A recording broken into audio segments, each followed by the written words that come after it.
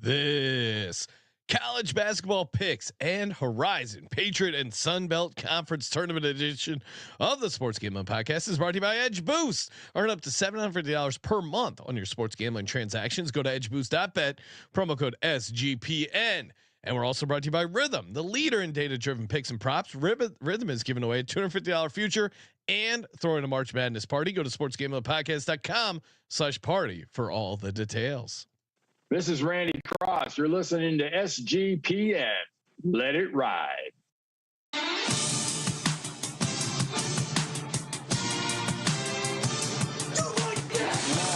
Cox. He's one of those guys who will get penetration.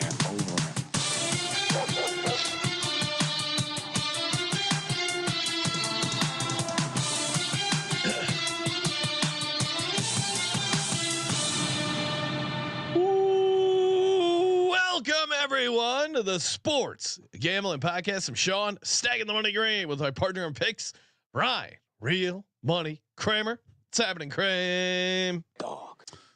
Oh, Sean, college basketball season's officially started for everyone. Yes, for everyone, it's officially started. There's no one left. So much to get to. The conference tournament's already tipping off. We're in the middle of ASUN action. Unfortunately, the Eastern Kentucky Cardinals, my long shot, and I think you guys liked them as well. They hit the wall. Did not get it done in the second half, but coming off a nice episode of some picks of some winners, joining us on the line to talk college basketball, conference tournament, and more from the college experience. Colby Dant, aka Pig Dundee. What's happening, Colby? Drinking coffee at 1:30 in the morning. It's that time. It's that time of year, guys. Let's go. I'm still fired up from this Kansas Houston game.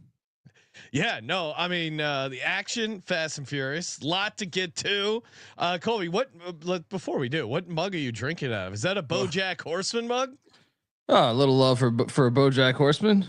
Yeah, shout out to BoJack Horseman. Colby rocking the sweet D-Gens hat. Of course, everything in the merch store 20% off when you use that promo code Madness, and it was Madness. Can I interrupt yes. you real quick? Hat almost looks too classy on Colby's head. It's like one of those things when the conspiracy theorists like point out something in a NASA video where like, look, it was shot in a studio. Clean. It's almost like that hat doesn't fit the rest of the video. The rough and tumble vibe of Pick Dundee. It's like an old Western. I'm a where sucker the guys for the old school. Like I like that old school. The font of D-Gens. Yeah, I think looks pretty sharp. Jake did a great job. Yeah, you see like a guy supposed to be set in a Western, and he's wearing He's from some the future? technology from the 90s. I mean, we got to get to the weekend results. 14-2 ATS. I dominated. Now that is that's a regular season, non-tournament action record. 2-1 on my lock somehow. I don't know how I go 14-2, and one of my losers is one of the locks. Shout out to you, Texas. And then my dog, Alabama. I mean, Nate Oates just shit the bed there at the end of the game. Colby 12-4, 2-1 on his locks. Hit the dog. Kramer. Undisclosed overall record, but also 2-1 on your locks. 1-4 if you faded us, aka consensus plays. 4-1. So when it matters most in March, SGP coming up. Let's fucking go. Colby, what's your takeaway from tonight, the weekend? This is weird. I mean, Michigan State eye test to me seems like holy shit. Who's stopping this Michigan State team right now? It's weird because normally I feel like they kind of do better flying under the radar. I'm worried they're peaking too early, but no, they just need to lose in the conference tournament, man. Yeah, no, seriously. Just 100%. get that one seed, ride it out. I was on Sparty, but I definitely Benedict on Michigan. Ate a pile of shit there. Shout out to Weehawk. Now, Colby, on our sheet, you did correctly have Illinois +3. Weehawk doing the Lord's work. Great listener. Which, by the way, yeah. I mean, I feel like we need to bring back a clip bounty. If you're producing a clip, yes, there's got to be some sort of bounty paid. Oh, 100%. Well, you got to understand, like we made our picks on Thursday for Sunday, right? Okay. So a lot can change, and then especially, I'll give Moneyline Matt credit. He came in with Hey Dundee, do you know that Illinois won 9 straight against Michigan, and the line was higher than I thought it was? So I was like, it's like they're telling you to take Michigan. So that's how I fell for it. My apologies. Bad play. No, they set a juicy trap for you. AKA, hey, Benedict, you want some 30 pieces of silver here, you traitor? And he made a lot of sense. He made a lot of sense right there. And I was like, you know what? I think you're onto something. So is there punishment now? No, but the irony for Mac. Mac tested Colby, and Colby. What do you mean? Not from us. Is there punishment from Colby to me? Oh, well, I don't know. Well, it's a free country. If you don't place your bet till Sunday, you can change your pick. That's what they say. I don't know what kind of ship he's running over there as far as discipline, but well, this is a sharp program. We like to bet ahead of the markets. Yes. Not like these donkeys waiting up and betting while on the shitter. Logging it in. Colby, any big takeaways from tonight's action? Obviously, Houston took down Kansas 65-59. Duke put it on Wake Forest. Now I think you could maybe say that for Michigan State, but certainly Duke could be peaking too early as well. What's your take on these two games tonight? I mean, I took a shot on Wake plus like, what was it? 20 and a half. Yeah. And that was super impressive. I mean, Duke is in fuck you mode. It's hard to get a true gauge. They look fantastic, but the ACC is so bad. I mean, I can tell you this, it's the best Duke team in a while, but at the same time, you do wonder, they're kind of playing like the old Gonzaga schedule where they're playing a bunch of nobodies. And then in the NCAA tournament, how will that fare? No. And I was looking at the Gonzaga conference tournament odds. It's so weird to see them not be like a huge minus favorite, that you can actually get plus money on Gonzaga winning their conference tournament. I mean, they've won it 28 years in a row? That's insane. And how about that play? I know that number, like Vegas listened to us, I feel like, cause that number came out at like 8.5 or 9, but the guy that tagged me in the number being off in the Gonzaga San Francisco game, I said, lay it up to 16. That shit easily covered. Yeah. Those idiots. And we projected the line way lower, but I think that was because, and Kramer was saying it, like the guys who do the advanced metrics didn't have that graded as like they graded as a home game. It should have been graded as a neutral, because they were playing in the Chase Center. So yeah, I mean, so interestingly enough, they like Ken Pom still does not have it marked as like a semi-home game. Very interesting. Well, he's a Hokie. He's a Hokie, Neither does Torvik. So I want, it's like they're looking ahead to the tournament. They don't have time to fix something from the past. Yeah. I don't know. The one thing I would, I did enjoy your playing of Uno there, going from a Gonzaga comparison right into a Gonzaga take, back to your Duke take, Colby. There is an element there where two things could be true here. One, I think you're right. The ACC is trash this year, but I do wonder if they're getting. No. It's the worst I've ever seen it in my life. Yeah. No, I completely agree. That's not the point I'm arguing. I'm wondering, is it still better than a WCC conference in terms of playing physical basketball or playing the type of basketball you might run into in the tournament? That would be my only. Certainly not this year though, because like the WCC getting Oregon State and Washington State in that thing. I actually think it's better than the ACC this year. I mean, my take would be is that I think definitely the idea of Duke being at their ceiling at potentially winning the championship, but this is also a very fragile Duke team, because I could also see them, being tested by a physical, we'll say SEC, Colby's favorite conference. Well, they did beat Auburn. They beat Auburn this year in the regular season. Yeah, I agree. That's why I put them in the bucket of the 3 teams I would take versus the field. Oh, it was 2. Now it's 3. What do you mean? It was always Auburn, Duke, and Houston. Auburn, and Duke. Okay. Yeah, it's the donkey chalk parlay or future. It's like the 16 money line I'll favorite parlay. I'm workshopping, and hopefully the selection committee gives me the privilege to do this. But I am workshopping a Duke, Auburn, Houston, San Diego State Final Four, assuming the paths work out. Wow. I just want to address a couple of the comments in the chat there. Oh, what happened? Mojo says, "Do I really think the venue that matters that much?" I do. I mean, San Francisco was 16-0 at home this season at their actual stadium. No, that was a horrible move. This is one where I completely. I think most of the time when you play a home game in a bigger arena, often an NBA arena, in your hometown, it probably means you're a big city. And it probably means that you're playing a team that can fill an arena like that, which means you're money grabbing because the alumni from the other team is going to come to the game. It's really, it's the kind of thing that if we found out, like, we had a CIA member of the CIA that was hanging out and, doing finagling with some Russians back in the 50s, we might have a problem with that. Well, another thing is the athletic, the AD, he's greasing his pocket. Well, and another element of that is that stadium is really small and intimate. It's almost like a Cameron Indoor Stadium. So it gets super packed and super loud because of how small it is. And going to the huge NBA arena takes away all of that. I mean, I would say this applies to this applies to, like, most likely you are coming from a small intimate arena to the bigger arena. That's why you want to make more money. So I would almost say, with the exception of, but even this applies to you're not UConn, going to make money getting your ass kicked. But like, maybe you can say this about right now St. John's, but even then you'd rather them be playing at home.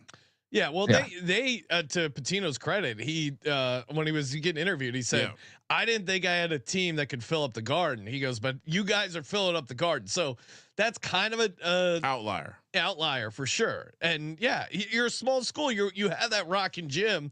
It's like in stand up where it's much better to play like a small intimate club with that energy right on top of you, especially in college basketball where these younger kids can get rattled. It makes an effort. It makes a difference on defense, free throw shots, everything. With the stand up analogy though, imagine if going to arena meant that you just had half hecklers. Yeah, that would be that would be a horrible decision. But also, even just a number, like if you have 5,000 fans, you put them in a 5,000 seat venue, it's going to be an awesome show. If you have 5,000 fans and you put them in the Chase Center with 5,000 people who fucking hate your guts, it's gonna be bad. Like it's simple math. And to the other question, like Jeff Sharp, shout out to Jeff. He says Duke's got 6 players projected in top 56. And yes, I do think they're that talented.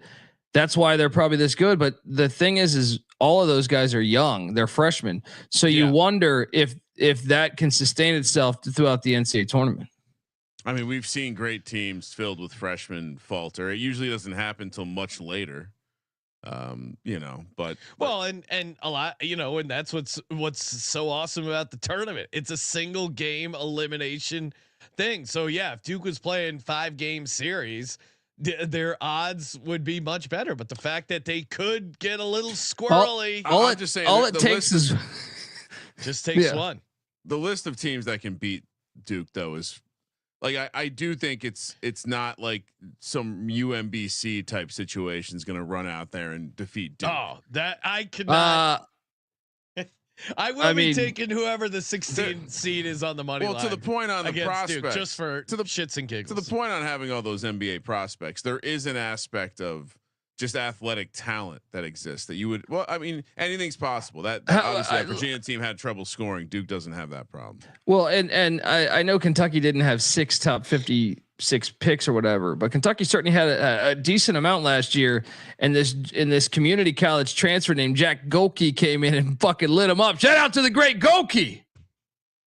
Got to get him back on the show. See what he's up to. That Kentucky team also was not anywhere near what this Duke team is. Oh, that was so fun watching him just drain 3 after 3 after 3.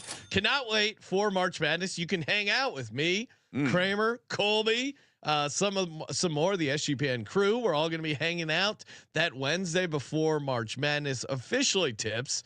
I guess they call it the first 4, aka the play-in games. Oh yeah, March 19th, 4:30, beautiful Circle Las Vegas Stadium Swim. And we got a free party courtesy of our buddies over at Rhythm. It's going to be awesome. Going to be a great hang. You've seen the photos of Stadium Swim. We were hanging out with Derek late night Friday. I'm still hungover from it. Food field trip. Yeah, it's going to be a good time. You're going to want to be out there. If you're out there in Vegas, come by, say hi. You got to RSV to the party, sportsgamblingpodcast.com/party.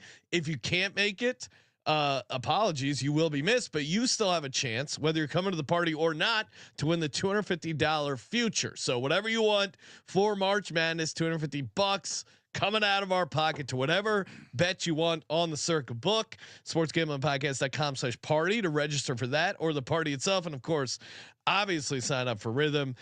Get locked in for the conference tourneys, get the models going, and help you dominate your bracket. sportsgamblingpodcast.com/RATHMM. And of course, we're also brought to you by Edge Boost, baby. Just use some of my Edge Boost rewards. Favorite part of the month. It's the first of the month, which means time to collect all my Edge Boost rewards. I mean, it's great. One, because you just don't get denied. You don't get the cash advance charges that some credit cards charge you, which is insane just for depositing on the sportsbook apps, casinos, wherever you're getting down. Edge Boost can help you get down, have your card not denied, but really, it's the free rewards. What are you waiting for? The cash back rewards. You can earn up to $750 cash back each month just for using the Edge Boost Visa debit card. It's free, FDI insured, no credit checks. EdgeBoost.bet, promo code SGPN. EdgeBoost.bet, promo code SGPN. You forgot to mention once again. You forgot to mention the handshake that Ryan will shake your hand. Could receive if they ask for it. Remember that video that went viral? The guy on the plane that just says, "I want to shake your hand. Let me shake your hand. I want to shake his hand." That was me when I met Carl Weathers on the flight to Vegas. Oh, that was great. And then it turned out to just be some random black guy. That was one of Colby's best. I want to shake your hand, sir. Respect. Wait, your name's Jamal? I had no idea. Classic. Yeah, it is a fun game. Yeah, we need to come up with a good name for the game, but it's a very fun game. Scott Van Pelt does it on his late night show, but with himself. Well, now, I don't know if it'll be as fun because the real Carl Weathers unfortunately did pass away. So I don't know. It's not quite as fun. To be clear, this happened before that. So Colby was not. He was correct in that Carl Weathers was alive, and could have been in the airport hangar on the same flight. I wouldn't want it to get out there that Colby was unaware of Carl Weathers' death. Yeah. I'm about to say, when he died, we did a fucking 12-hour movie watch here. Axon Jackson, the first four Rockies, Predator. We just what was the one he did after Axon Jackson? That was God damn it. I'm not that familiar with his filmography. I'd have to look it up on IMDb. You want to pick some games since we have a insane amount of games to talk about, and somehow and slides. You got slides, buddy. We got slides. Mistakes were made last week. Hand up. Shouldn't have faded my guy, Blue Cane. I think you're saying Sean. What do you mean? Well, you faded me a number of times, and that's true. I also was noticing how when you had a poor record but a good lock record, you opened the show a little differently. Yeah, it was interesting. It was almost like you had a smaller picture frame for those numbers. Wait, what? What are you talking about? I'm just saying there was a couple of shows ago. You had a 2-1 lock record and not so good ATS record, and you just zoomed in right to the locks. I before people bring it up, just again doing the Ryan, journalism work over here. I'm drowning in wins over here, so. Feel free to whatever. You got to be careful to not get caught up in this scammer pick selling undertow on the internet right now. They love using frames as well. They have frames all over their wall. Georgia, my guy Blue Cane, like I said, mistakes were made. Shouldn't have faded him. They now head down to beautiful South Carolina, take on the Gamecocks. Cox laying 1.5. Colby, surely Georgia can't keep doing this, right? Of course. I mean, there's a reason why South Carolina's favored. They just wrecked Arkansas season. They've been fire at home all year, to be fair. Look, I understand they were losing those games, but they should have beat Auburn. They led Florida for the entire damn game until 1 second left. right? At home, they have been super legit. On the road, that's a different story. But they should have beat Auburn. They should have beat Florida. They lost in overtime to Mississippi State, all at home. This team is worthy at home. Texas A&M by 4. You get a Georgia team that's been ass on the road, coming off of a huge win against Texas, where that one matters.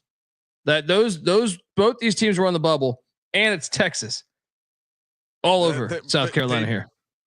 They did lose a lot of those games you were referencing at home. Yeah, I mean, the counter is, and I will end up agreeing with Colby. The counter is Georgia. I thought they were going to come off a letdown spot of beating Florida. And then they had a nice win. But that was Texas. A playoff game. You realize like both teams were. Georgia was last 4 in. Texas was first 4 out. That was a playoff game. They still need to keep winning that. No, I agree. Like I don't want to lock this up because I do think Georgia has a shot here. But to Colby's point, South Carolina's been solid at home. But did you watch Georgia in that last? I get it. Texas isn't very good. No, they look great. My God, you guys are crazy.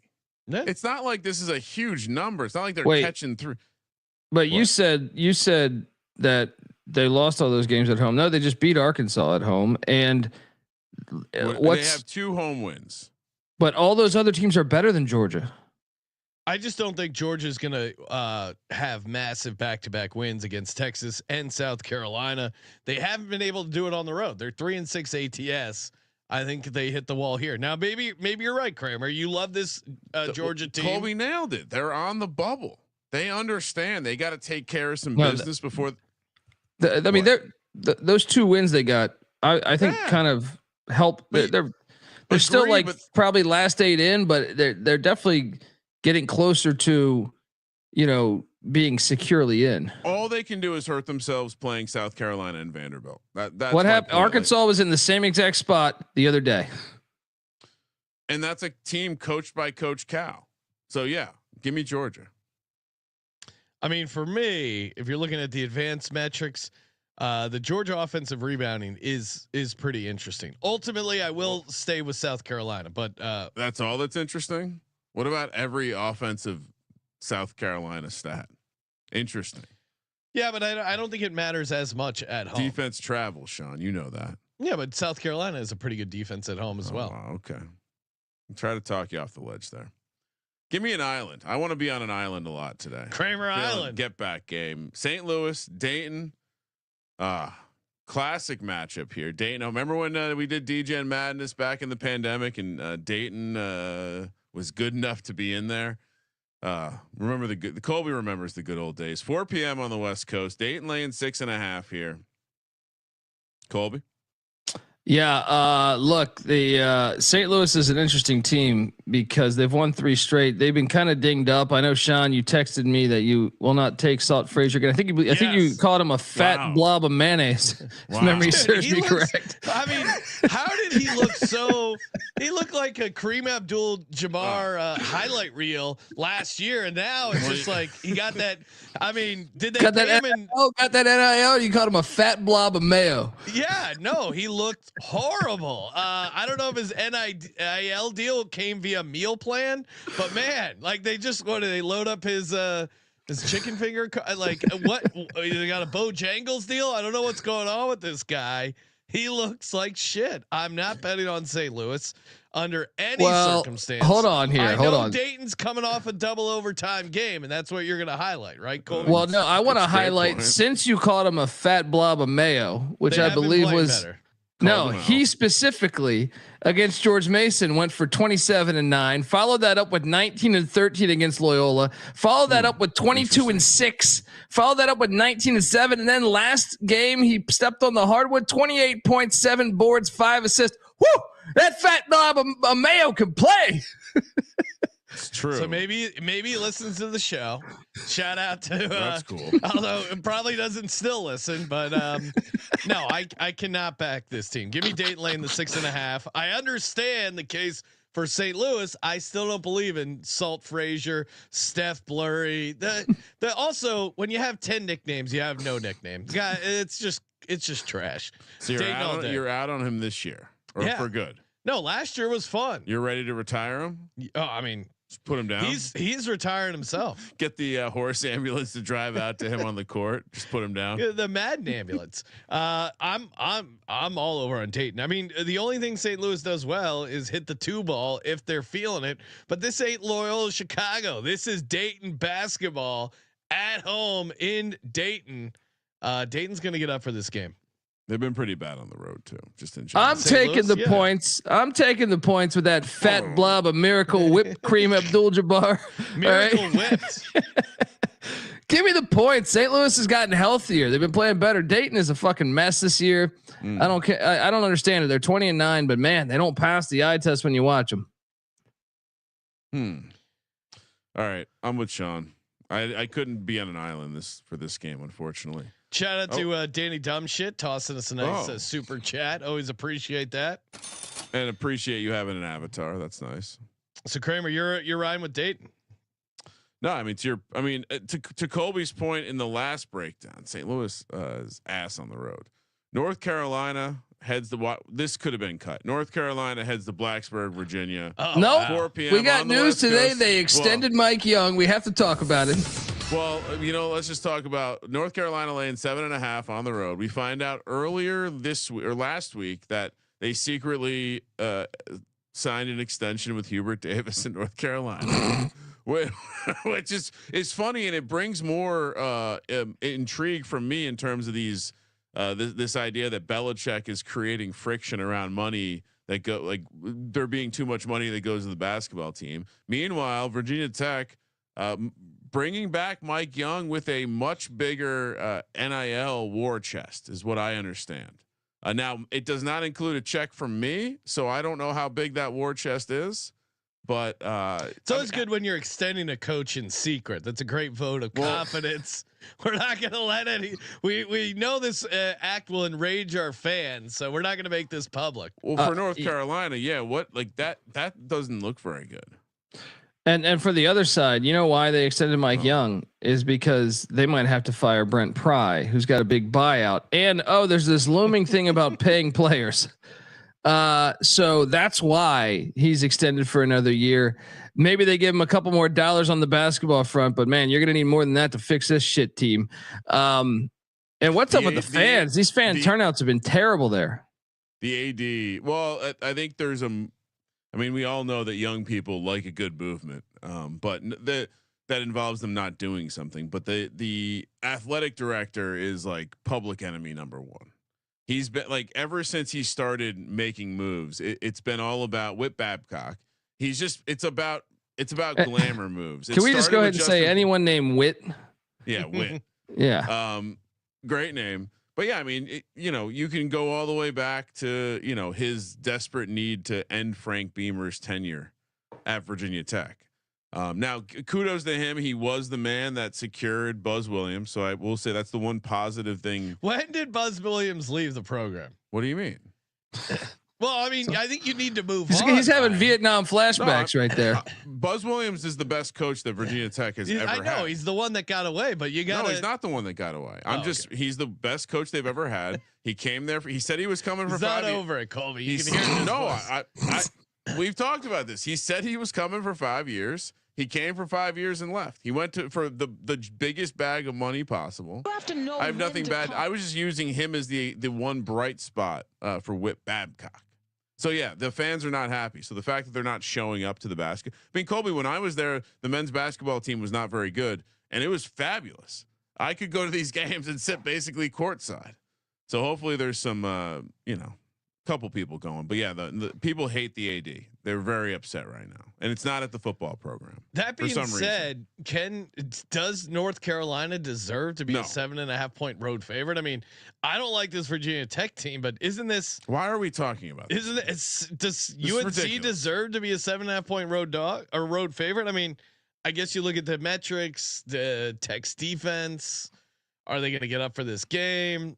Colby, what are you doing for the extension? I'm going to lay it with UNC. All right, talk me into it. Well, it's just because I don't see it. It feels way too high. Look, I started fading Carolina the past couple games. Really, I took the pussy pack. Carolina blew them out. I took Virginia. Carolina blew them out. I took Florida State. Carolina blew them out. It took Miami, Carolina, blew them out. So to me, they're in a little bit of fuck you mode. They found something there. Maybe it's horrible competition, but guess what? Virginia Tech is horrible competition. Yes. So I'll lay it. Yes. All right, Colby talking me into UNC. I'll take him in the 7.5. Kramer taking UNC. Oh, see, now I don't feel as good. Why? Because you're better. Have you watched this Virginia Tech basketball? No, but team? I'm handicapping the handicapper. Generally, when you're fading Virginia Tech, that's actually when they show up, and vice versa. They're coming off an overtime win against Syracuse. Like this is they have not been very good. Specifically, they've been horrible at. I was on the Hokies that game. Sean, if you had to guess, when was the last time they won a home game? December. January 15th against the Pussy Pack. Kramer, hold on. Let's 3 games at home all calendar. I mean, this is really what you need to look at. Virginia Tech ATS after a win. Kramer, what do you think the record is? Awful win. Yeah. They have 13 wins. Their record off the win is probably like 4-9 against the spread. Yeah, 3-9. 3-9. Well, they haven't played this next game. Okay. Yeah, you're right. Let me ask you something, Kramer. What? Because this is the only way I could Benedict this game. Don't set yourself up for a Benedict, Colby. I'm just saying, like, no one has been at these games. No one has been at these games. Is there any way that this place could be packed because it's Carolina on the bill? I mean, I would say normally in a year where they sucked and no one cared, it didn't matter. Like, it wouldn't have moved the needle. It was more just people didn't care about basketball in Blacksburg. And I think, again, when I was there, the women filled up the fucking Castle Coliseum, but the men sucked. So no one cared. So this team sucks. I think young people are front runners too. So you compound that with the fact that Blacksburg's never been a basketball town. No one will be there. Although I did have a sick ass money line cash one. I was in Tahoe snowboarding. I went to Harvey's. I put an irrational amount of money on Virginia Tech money line against North Carolina. They were like 15-1 on the money line. It was like a 20-point spread. They won the game outright. One of the great moments in my life, but it will not be on this night, unfortunately. And North Carolina, hopefully they can. I mean, we didn't really, but like the Hubert Davis thing, what are they doing? Was it because they're playing for Hubert? No, but why would they sign? What was the pressure to sign him before the season? I think his boy looked out for him. And what I mean is Roy Williams. I think Roy Williams had that conversation knowing the team was not that good. Got in the before, because apparently Roy goes to the practices and stuff still. So maybe Roy realized the team's not that good. Talked to the athletic director, said we should extend him. And knowing and got it in before the results started coming in. Yeah, beat Duke twice. I guess got paid off of that. Shout out to Steffi Smalls in the chat. Big news. We just Steffi Smalls show joining the SGPN network. Colby, you were one of the first guests on the SGPN Steffi Smalls show. How was your debut episode over there, Colby? Oh, it was a lot of fun. We talked college hoops. Moonoff was on as well, talking NBA right before me. So, we got the whole team over there. Check it out. NBA's opening up for college basketball, huh? I don't know about that. Anyway, so we're all taking North Carolina, right? Yep. Let's go.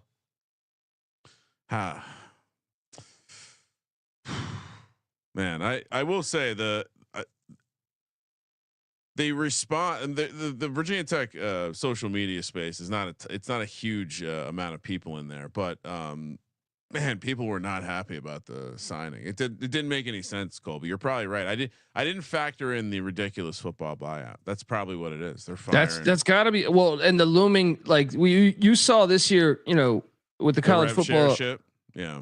Well, there was normally, like, I think last season there was 34 or 35 coaching changes. This year was like 10, or 12 or something.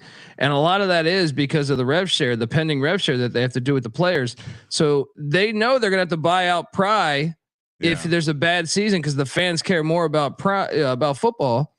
So it's a little bit of an issue for them. So just bring back Young, throw a few more bucks down. Maybe he can get you to the tournament next year. And then if not, you fire him the year after. Well, and the rev share is funny. It's like it's like what, like $20 or $30 million to pay into like a pot. I mean, it's just back pay for all the free labor, I guess. Yeah, hopefully Pry's not getting fired this year. That would not make for a good fall. Villanova laying 3.5. The nation's capital against Ed Cooley. So real Sophie's Love choice Ed Cooley for Sean right here. Philly against Ed Cooley. 5 p.m. on the West Coast. Villanova road chalk laying 3.5. Are you going to stand with your boy Ed Cooley after what those horrible people from Providence did to him as well? Yeah, I'm team Georgetown, but Villanova. Colby, where you at with Villanova? Yeah. Nice win against Marquette, Seton Hall, Butler. They're playing for their postseason lives. They're playing for their postseason lives. Eric Dixon, by the way, like it's a shame that Villanova be considered for National Player of the Year. I know everyone's talking, Broom at Auburn or Cooper Flag, but man, Eric Dixon, 34.7 boards last time he stepped on the court. The game before that, 32 and 10. I mean, he's been in FU mode. I'm on the Cats. Just the fact that Georgetown has so many injuries and that this place is not lit. Wow. So I think the Cats needed, like they know, and they've been playing a lot better the second half of the season, man. You look at some of their heartbreaking losses. They were up big. Had some tough breaks. Oh, they were up big at UConn. Probably should have won that game. And then the real crazy one was the Creighton 3 from the corner that banked in from the far corner. I mean, that's like, you lose a game like that, it's like what? Give me Nova minus the points. Nova wins by 5. To your point, Creighton, that was a tough loss.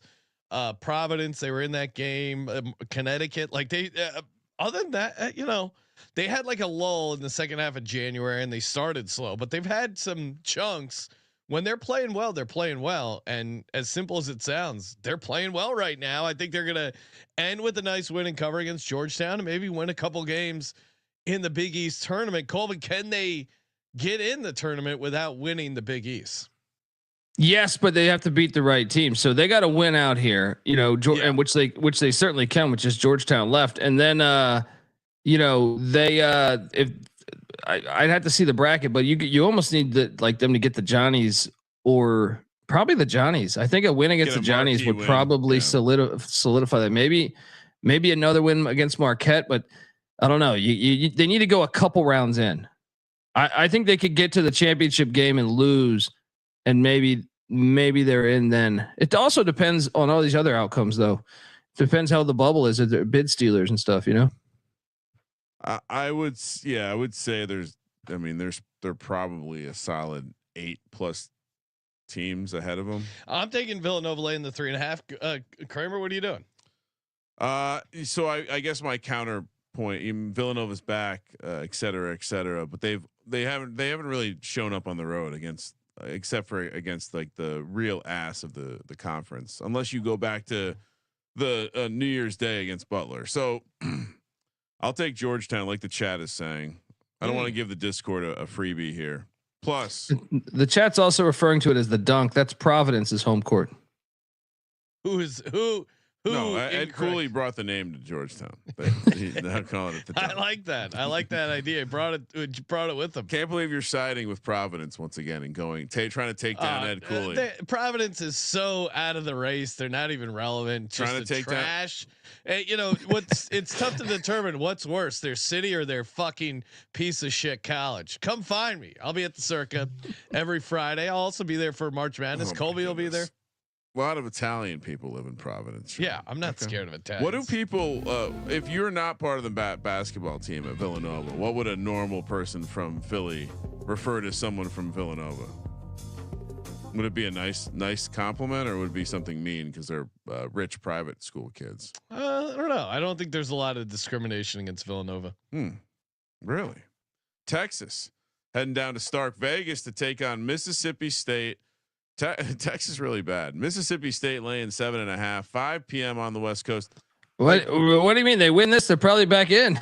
I know, but they're all right. I'll say it right now. If Texas makes the tourney, that's going to be one of my big bets. One of my big bets will be fading them in the first round. This team should not be in the tournament. Period. I don't care how good the SEC is. I will say this: Trey Johnson, their guard, he's going to be a top 5 pick. He's nasty. He's going for over. He's going for over 24 points, like 7 of the last 9 games. That was a bad loss to win Georgia. some games. Although it is hard to lay this kind of number with Mississippi State. Yeah, that's the counter. Hook 'em. Yeah. The counter is Mississippi State 69% from the line. You trust them to lay 7.5? I get there at home, and I get Texas does not look good. We're gonna do this again. It's a conference game. Texas is super desperate. Horns up for Colby. Colby, where's Mississippi State at as a team, as a program, going into the conference tournament here? Oh, they're in Texas the mix. And then Arkansas, Yeah, they're in the mix. They're gonna. I don't even think they're on. I think they're solidly in right now. They're number 25 in the nation, and they have some really good wins. They beat A&M. They beat Ole Miss. Beat Georgia with your boy Blue Cane. Actually, they swept Ole Miss. Beat Vandy. I mean, their resume beat Memphis. They have a good resume. They're gonna be in. I'm not betting on Texas. Give me Mississippi State. Hopefully, they throw big rocks. Throw a couple boulders. They're tough to. I don't love Texas, but it's tough to back Mississippi State laying this big of a number against a desperate Texas team. If I never watched Texas and I looked at just purely their analytical profiles, I would be all over Texas. Yeah, but I've watched them play. No, that does hurt their case. Baylor, TCU, a little Big 12 matchup here. Baylor laying 3.5 in Fort Worth, 5 p.m. on the West Coast. Colby, what are we doing here? I mean, what's going on with Baylor? Also, kind of feels like we get to skip this one, but really, well, a team Baylor, that's won a national, a team that's won a national championship recently. I understand you don't like talking about, teams he that doesn't like the big programs. He's chomping at the bit to break down the Patriot League Conference Tournament. I know you like Jamie Dixon's hair. And what a coaching job Jamie Dixon's done. I mean, I don't believe this team is very talented, but yet they keep fighting for him. Yeah, and I here's the problem: is TCU won the first one, so I think we load up on Baylor. But man, Baylor has been all over the place. Just 4 wins in their past 10 games, but I do believe Baylor's the spot here because TCU got them the first time, and also Baylor's going to start playing themselves out of the NCAA tournament here if they don't grab some key wins there. So I'm going to take the Bears on the road there in Fort Worth. Yeah, I don't know. That seems like not a good idea. Baylor's been a wild season. And that TCU Baylor game, that was crazy the first time. TCU won that on the road there. Now they get them back at home. Could they sweep? I'm with Colby. You got to take Baylor here, but I don't feel. Yeah. You don't have to. You're taking TCU. Colby, when's the last time they won on the road? Colby, when's the last time Baylor won on the road? It's been a minute. Well, yeah, been like a month and a half. No, thank you. Give me Jamie Dixon and that beautiful hair. Hey, well, by the way, why do more coaches not go for the aggressively gelled slick back style anymore? Pat Riley. Yeah, Ditka did it. Ditka did it back in the day. You want to intimidate people? Show them the vein on your forehead. There's a shortage on Brill cream that's really hitting the coaches. This coach does not need any of that. Mr. Pearl and Auburn take to the road, laying 5.5 against Buzz and Texas A&M. I should have listened to myself. No, here we go. We're going back in. We're going back in. The house is burning down, but we're going in. We're going in. You got that. You got that signed Daniel Jones football you want to grab. You're going back in. I don't have that. I don't have. Yeah, that would not be. Well, first of all, I don't have that. But if it is funny to think of Ryan's current sports memorabilia he would sign, it would be the Milano Seaman European jacket. His patch, his Big Dom Italian patch that CJ gave him. Oh, we got a Lawrence an old Taylor Gatorade. An old Gatorade. We got a Lawrence Taylor jersey here. We got I'm sure there's a Kyle Juszczyk signed. Oh, the Virginia Tech lunch pail, which you refuse to use. Well, it doesn't deserve to be used right now. There's no lunch pail until they fire Whit Babcock. Yeah, that's when my donations. Why is this only 5.5? I mean, this Auburn Colby's team, taking Texas A&M. Oh, I know. It's a smash play. Auburn clinched. Auburn won the SEC already. Yeah, what are they going to rest their starters? No, but you just think, to me, you've got the 1 seed.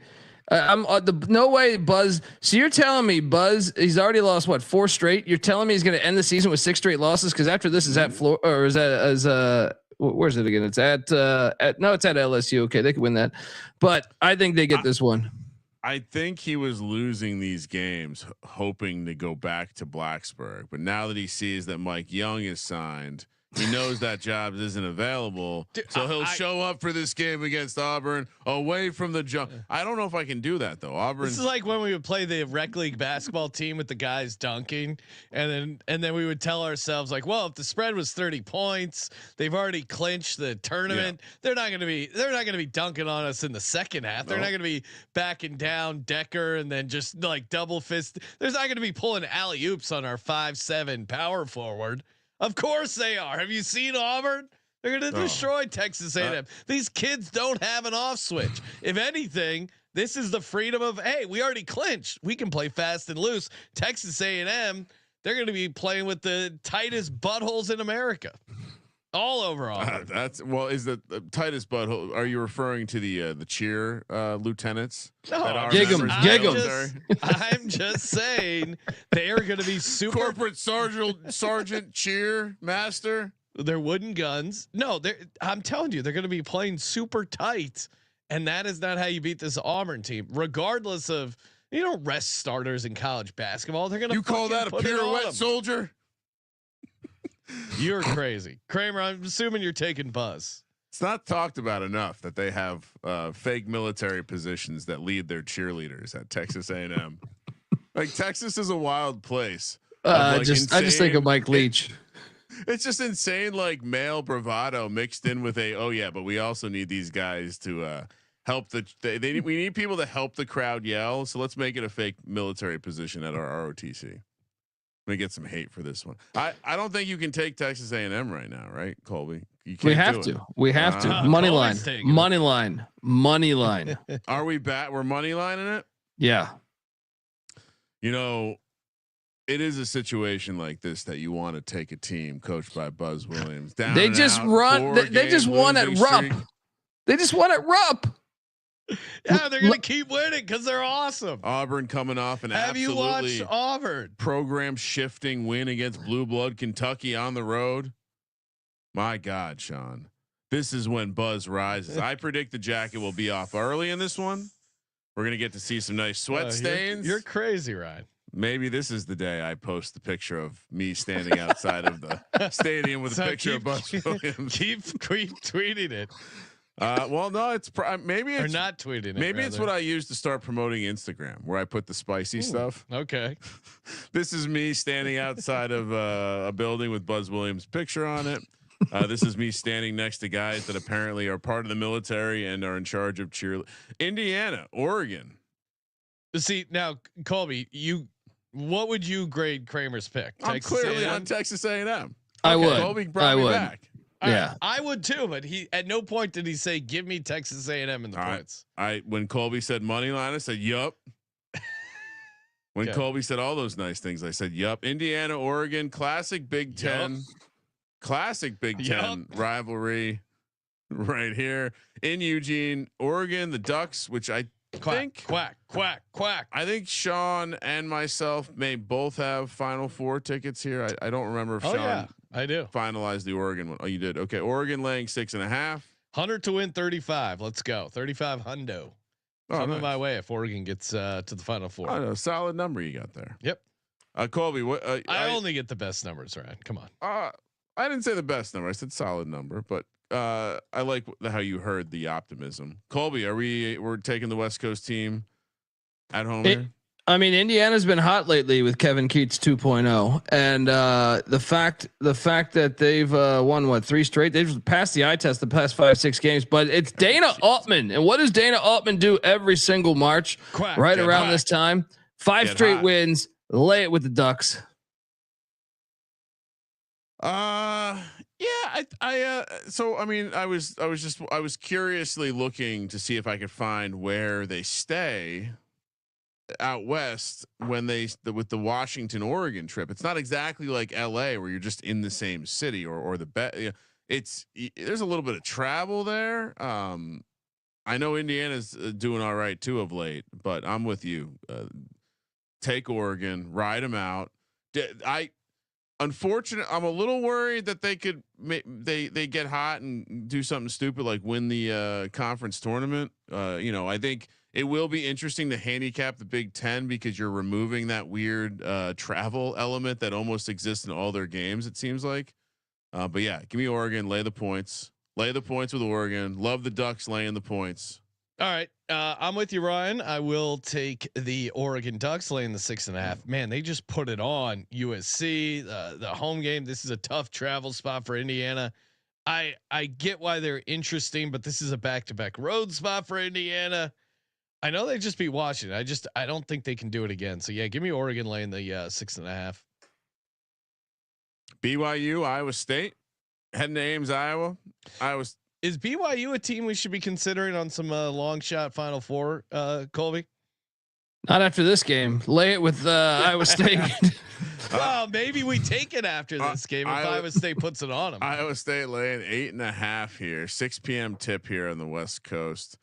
Are you? Is that a question because the price is good, or because you watch them play and you're like, interesting? I want a piece of this 6-game winning streak. They figured some stuff out when they switched that rotation, but at the same time, I still question it a little bit. It's a big number, right? They've been doing some stuff on the road, right? Well, and also too, I mean, people looked at the win over Kansas and they were just like, "Wow, that's because Kansas is so horrible." But BYU destroy Kansas. Then you go on the road at Arizona, a spot I thought that would be a good time to fade BYU. No, they went outright. Certainly had some help from a friendly whistle there. I was about to say. Okay. Well, but come on. No, they played good. They've been playing really good. And then let that opportunity against Arizona State. No, they put it on them. Win by 10. Back-to-back road wins in Arizona. Oh, now you come home at West Virginia. Oh, that's a letdown spot right after dominant. No, they beat them by 19. They also have done well in, we talk about this conference being full of weird road trips. Yep. Iowa State's one of them. So is UCF. They got the job done there. So is, I had one more. West Virginia. They got the job done there. I understand maybe not the quality of Iowa State, but they've been battle tested on the road. Certainly, maybe you're right, Sean. I think I've just come around. Maybe we do investigate what kind of future are you looking for? Just Final Four. Hypothetical. Is that the only one? Because the national championship, these Cinderellas, that's where they really get destroyed, is in those Final Four. Like they get into the Final Four is them winning the Super Bowl, and they never end up finishing it off. So would you like to know the price for BYU to make? I'm sure it's like 25 to 1, 20 to 1. I'm seeing a 17 to 1 only. So you're getting it at the worst time right now. Yeah. They're as hot as can be right now, so you might as well wait a little bit. So Colby's taking Iowa State laying 8.5. I get it. And hold on, let me explain why. Like Iowa State plays relentless defense, and that building is a huge advantage. That's a new way to say lit. Well, there's huge advantage. They play physical. Iowa State plays physical. Look, tell me, you just rattled off Arizona. They beat Arizona. They beat Arizona State. Those are pussy teams. No, they lost to TCU. TCU plays like TCU's not a good team by any means. Fuck. I think physical teams really fuck with them. I love Iowa State in this spot. That's true. I mean, you would point out that they lost by 18 against Cincinnati, but that was their last loss. And it's not that they're just beating teams, Colby. They're beating them by wide margin. They beat West Virginia by 19. So it's I think they deserve some credit here. 8.5 feels a little high. Although Iowa State obviously is a tough out at home. Official, yeah. Here's what I would say. BYU. I think part of the reason they're having success is they play a deeper bench than most. And I do think that they could get hot from behind the line against this Iowa State team. It's the weakness of their defense. We'll ignore their free throw percentage, Sean. Give me BYU plus the points. I'm with you. Give me give me BYU. Let's go. Oh, nice. That was good. And we're gonna investigate. We'll see what the circa price is. But to Colby's point, we might want to wait a couple days. By Friday, maybe they have gotten their ass. We'll see how this. Maybe we get a buy low opportunity after win-win for us. We either win this bet or we get to buy a better price future. New Mexico, Nevada, heading to Reno. Another 6 p.m. tip. Nevada laying 1.5 away from the pit. I'm guessing it won't be lit in Reno. Are you backing your boy Steve? Well, the line is telling you because it makes no sense. I feel mean, like Nevada is involved in all the stinky lines. I'll take Nevada just based off the line. I mean, Nevada's been trash this year. You just have to take it because the line makes no sense. You know, like they haven't really beaten anyone good since November. Well, we won't tell Steve. I'll bleep that out of the show so Steve doesn't hear it. New Mexico has struggled on the road. They've lost their last 2 at San Diego State, at Boise State. Certainly, though, better programs than Nevada. But New Mexico's needs to clinch. Yeah, Colby. Your theories of the lines telling us something, that kind of stuff. I hear you, but I'm not taking Nevada. I'm taking New Mexico and the points. Desperate team here. I get it, but I think they bounce back here. I mean, like I said, they haven't done well on these past 2 road games, but nice bounce back, get right spot against the Air Force in general through the season. They've been good on the road. Winning in conference at Utah State, at UNLV, at Wyoming, at Laramie's. It's not easy, but to win by 8, they probably covered that number. I will take New Mexico. I actually like them a lot here. Have we? You got any familiarity with the diner scene up there in Reno? Reno's got some delicious diners. They got some that they got that Black Bear diner on like every corner. That is a weird chain. Yeah. Flapjacks in the front, whores in the back. Defense travels. New Mexico 27th in adjusted defensive efficiency. I think number 1 and not fouling free throw percentage there. I think they're gonna play well in Reno. Yeah, they're not gonna be thrown off by the elevation. We need to get Sean a Junior Joseph jersey, or Colby. That's his guy on New Mexico. Let's go. Nelly, big Nelly guy. I'm also with Sean on New Mexico. Sean used to put a Band-Aid on his face like Nelly, right?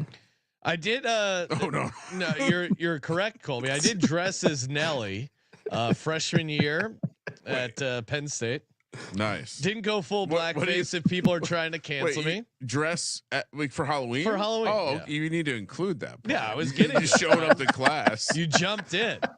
Sean wearing blackface with a Band-Aid. It was a pretty wild night of me. I wore a tracksuit. I did the Band-Aid. It was like an early lazy Halloween costume. I had a tracksuit without anyway. blackface. Yeah, no blackface. How do they know you're Nelly? Like most of my Halloween costumes, it was unclear. Could have just been an Italian fellow who got pistol whipped. We were at a frat party where Girls Gone Wild showed up. That was pretty awesome. And just like the move. With you dressed as Nelly? Yeah. That was your face. Show me your tits. No, but honestly, it wasn't a bad move. So have you ever been in one of those frat houses? There's often like a balcony or like I don't know what you call a landing. Yeah. Inside. Foyer. Yeah. Foyer, whatever. Is that the top of the stairs, Yeah. we'll call it for our uneducated audience. We had a bar called Tots at And you could just look down and see below the camera going around, making its way through the party. Being like trailing the Girls Gone Wild camera guy, power move in college. I don't know if they still do Girls Gone Wild. I think that got retired. I might have to. I might have to see what AI could work up here. Sean dressed as Nelly? bravely dressed as Nelly in whiteface. So me and Sean on New Mexico, Colby on Nevada, 7 p.m. late tip out in is this right? Nashville's Central or Eastern time zone? This game's at 9 p.m. local time. Vanderbilt hosting Arkansas. Let's see how good of a coach Cal is. Vanderbilt laying 6.5. The Vanderbilt's at home, so I assume that's what Colby's going to be taking. No, I'm all over Arkansas here. You like calamari on the road, huh? I think the money line's live here. Woo!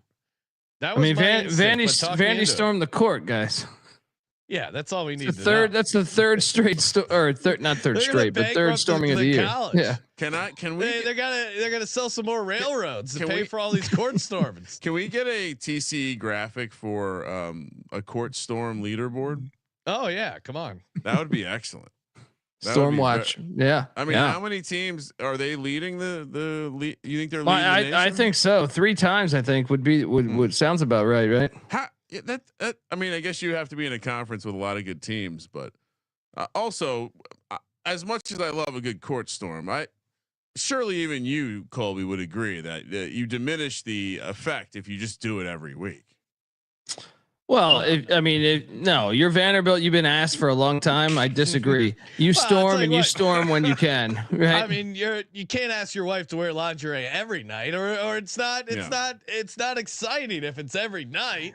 Not if she didn't wear lingerie for 50 years. You know what I mean? I guess you can do 3 nights in a row. See if you can get by with that. All right, that's a good counter. I love Arkansas in this spot because Arkansas scored 14 points at the half against South Carolina. Now they're worried about their tournament seeding. They're a much more desperate team. And to be honest, Calipari's got the track record of winning key games on the road. He did it at Kentucky. He did it at Texas. With 2 key road games there. Road in a critical game. He beat Auburn a year ago in a critical game. He's proven on the road that he can get the guys to play, and you're getting a pretty big number. So even if they do lose in heartbreak fashion, you still get that cover. But I think we sprinkle the money line here. Is this a real number? Yeah, it's quite off of some of the projections. I mean, I'm with you. Let's. I guess we're taking Coach Cal to coach his team well in a bounce back situation. I will say though, this is an easier element to coach. You guys just lost the fucking Cox. Mojo, I would disagree. Court storm a bit corny. No, court storm means you're in college and you like to get fucked up and have a good time. Everyone should do it. I don't think it's corny. Continually doing it, maybe, but if you're Vanderbilt, though, program's been. I like it. I like it. I just think you got to be an underdog. It's got to feel like a big upset. All right, workshopping an idea here. What if we created a movement where people who are anti-court storming, it's like they're anti-gay or something like that. Like they're trying to prosecute human rights. They're anti personal liberties. I mean, it might be too late to get some free handouts from the government, but having court storming human rights initiative feels like something Colby could get behind. Last one before we get to the conference tournament: San Diego State, UNLV, little Mountain West dust up, 8 p.m. local time out here in Los Angeles. San Diego State laying 3.5. Colby, this I dare I say this one stinks a little bit too. No, I mean UNLV beat them in San Diego, so I think it's a revenge spot. I think San Diego State, and you got to love the fact UNLV just beat Nevada. Let down. Yeah. So Rebels. Dutcher and San Diego State still is in a spot where they really need this. Like they're still on that bubble. They're on the inside, I think, right now, but they need this. So give me the desperate team, give me the better coach in a pivotal game.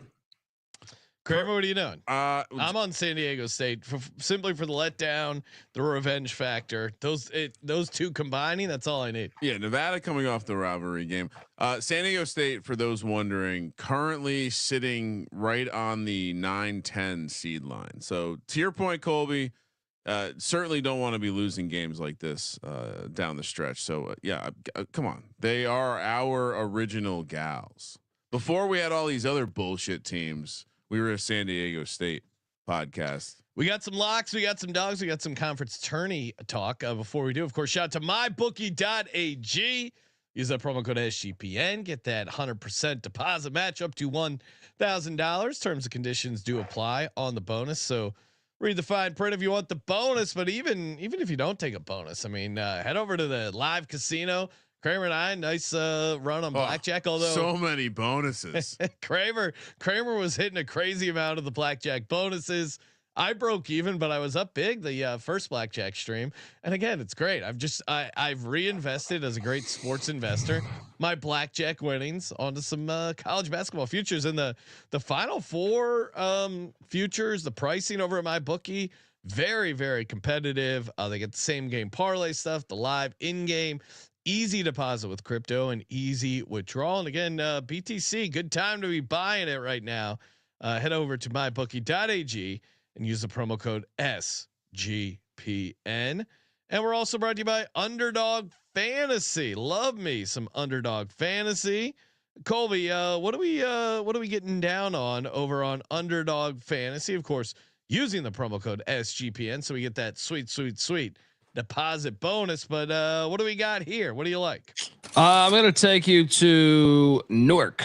Ryan Cockbrenner. Give me higher than 19.5 points. He plays for Creighton and he's their best player. And you're also going to hate this one. That fat blob of mayo. He is on a tear recently. Whoa. He's high. So give me higher than 17.5 points. Tearing is his lap band that they installed on his stomach. Ate right through that thing. Sorry, what's his name, Colby? Robbie Avila. Jeez. Robbie Avila. You like his higher 17.5 points? I do. I told you this fat blob of mayo is playing great ball right now. All right. This is great because if we don't hit this higher, I am gonna unleash a hate storm on Robbie Avila. Of course, underdogfantasy.com, promo code SGPN, get the 100%. Get bonus credits up to $1,000. Underdogfantasy.com, promo code SGPN. All right, so we're doing some 3 locks and a dog, and then we get some conference tourney action.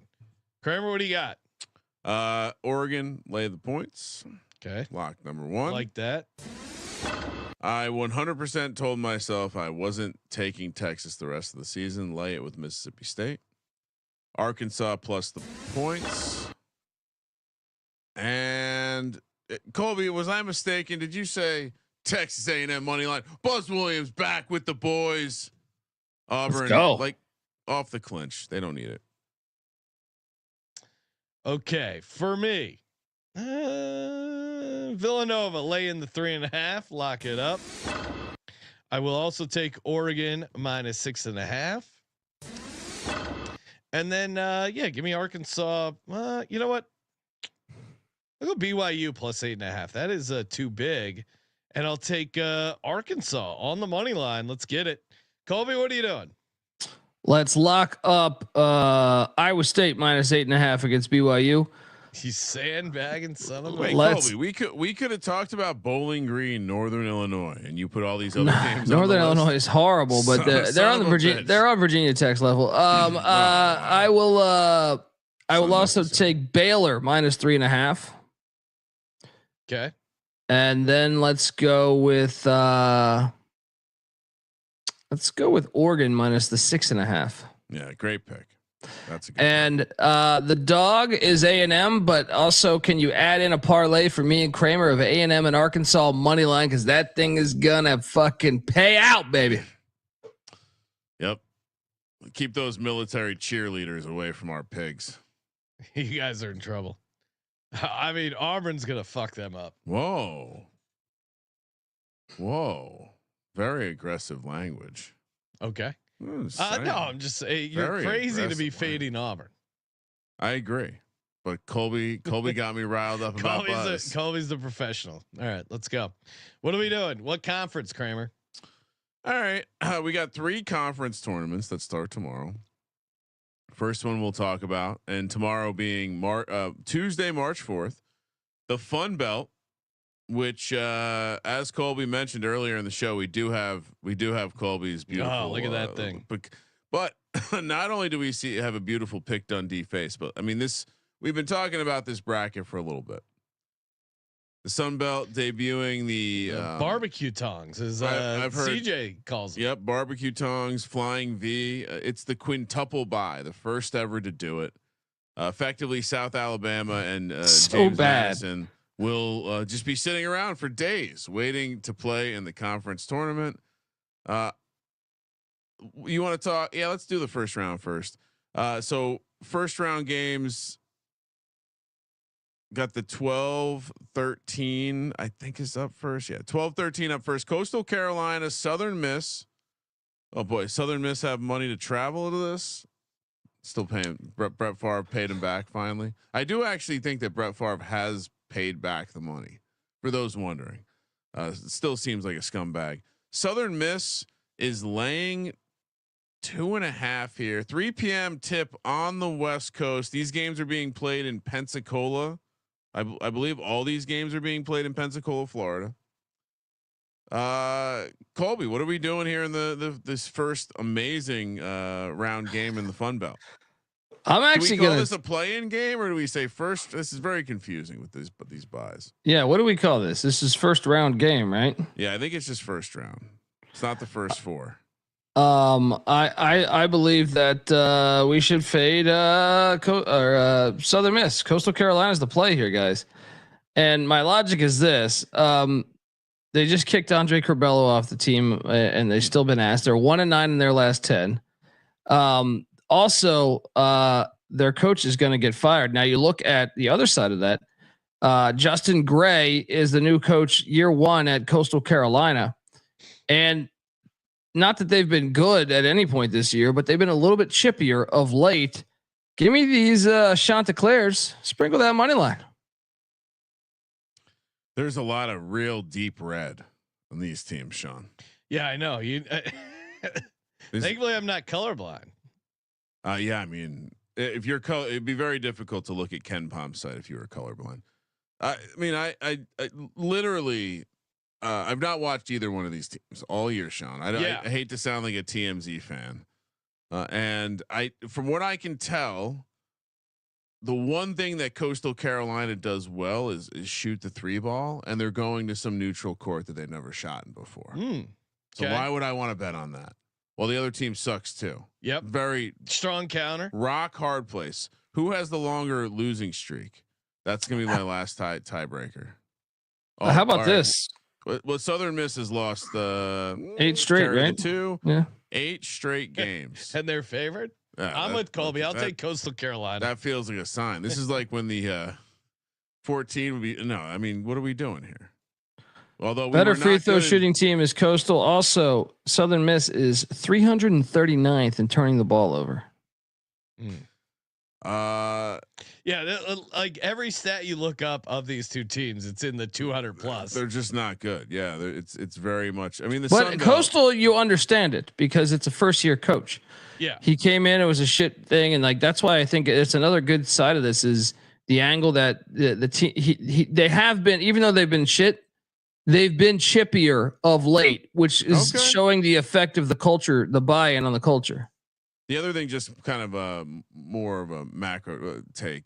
Southern Miss wants to play fast. Coastal wants to play slow. So I guess based on what Colby says, we would have more comfort thinking that maybe Coastal can do that. Right? I think so. Southern, so we'll all be on Coastal. No. Well, and shout out to Colby. If you saw earlier, he grew out what many were calling a Hitler mustache. It seems like the rest of the mustache is filled out. Colby, any reason you decided to get away from your previous mustache style? When I hit the golf course with my chums, it was they questioned it, and I don't want to do anything to lose my membership, Sean. And Kramer, I don't know if I told you, but Colby said stadium swim's great, but could we move the event with rhythm? If we could move it from stadium swim, he wants the party to be held at Top Golf, wants to be able to work on his irons while pretending to watch college basketball. I said, Colby, come on. You can put down the clubs for one evening. We need to get Colby. You've seen those guys who work on their golf swing in public. We need Colby doing that, like at the Circus Sportsbook. And he you know, whips out a stick and just starts. Kramer ran into some of my chums out on the golf course recently. Yeah. I hear. No, yes. No idea what you're talking about. No idea what you're talking about. Colby did ask me about a recommendation on a travel bag for his club. Oh, really? Okay. So perhaps he's bringing him out when he. But by the way, I was filling out doing the schedule, Sean. That Sunday show where we do the 10 commandment, the March Madness betting commandments. Yeah. Also first 4 picks. So Colby very. will be out here in LA live. And we had to adjust the flight because he was trying to get and Thursday he's trying to play the Las Vegas Country Club. Oh, so he's teeing off at 5 a.m. to get in before the so he can pretend like he's watching the games. Me and Wahlberg. Oh yeah, that was great. I think he really does tee off at like 5 a.m. Well, we were doing a show at like 7:30, and he was coming off the golf. Yeah, course. he had played 18 holes. So, and he was pretty hyped, and I'm guessing it wasn't just caffeine. Louisiana Monroe taking on the Ragin Cajuns. Bayou Again, Classic. We're in Pensacola, but this is a big rivalry game. Why they play this in Pensacola? That I don't know. Laying 5.5 for the Ragin Cajuns. Colby. I believe it's because they shot Truman Show there, and the commish is a big fan of that movie. So brought to you by Hercules Tires, by the way. Oh, shout out Hercules. ULM won by. I'm sorry, ULL won by 5 last time they played. But a lot has changed since then. I mean, first off, that was an interim head coach. They got, they fired Bob Marlin there. Derek Zimmerman, all right, is the interim head coach, and I think they've played a little bit better in the past couple of weeks. So give me ULL to complete the 3-game sweep. Lay it. Everyone says it's not easy to beat a team 3 times. It is if that team sucks. Ooh. If you remember the 2022 NFL season, the Eagles beat the Giants 3 times. I'm with Seems Colby. irrelevant to the handicap. I mean, Louisiana Monroe, if you look at the conference stats, dead last in the conference in offense, second to dead last in conference only defense. So just if you're examining the conference games only, dead last offense, second to last defense. That's not very good. No.